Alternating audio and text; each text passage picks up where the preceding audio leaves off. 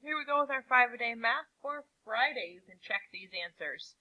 60 divided by 6 equals 10. 48 divided by 6 is 8. 36 divided by 6 equals 6. 54 divided by 6 equals 9. 24 divided by 6 equals 4. And 42 divided by 6 equals 7. Jack and Maya volunteer at the soup kitchen. They worked from 8:30 a.m. until noon on Saturday and Sunday. How many hours did they work? So let's first figure out how many hours that is in one day. If they're at 8:30 and they're going until noon, 8:30 a.m., noon's when it switches to p.m., so it'll be the first time we get to 12.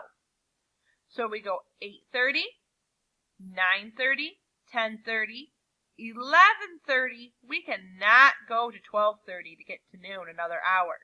We can only go another 30 minutes, another half.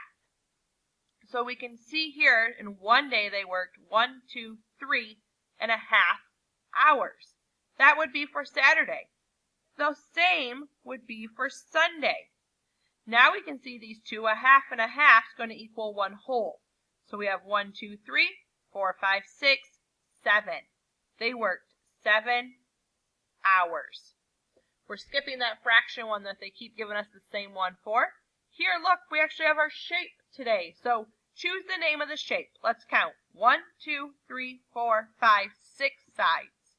A shape with 6 sides. Is that a hexagon, pentagon, triangle, or octagon? It is a hexagon. Find the missing part. 8 times what equals 35?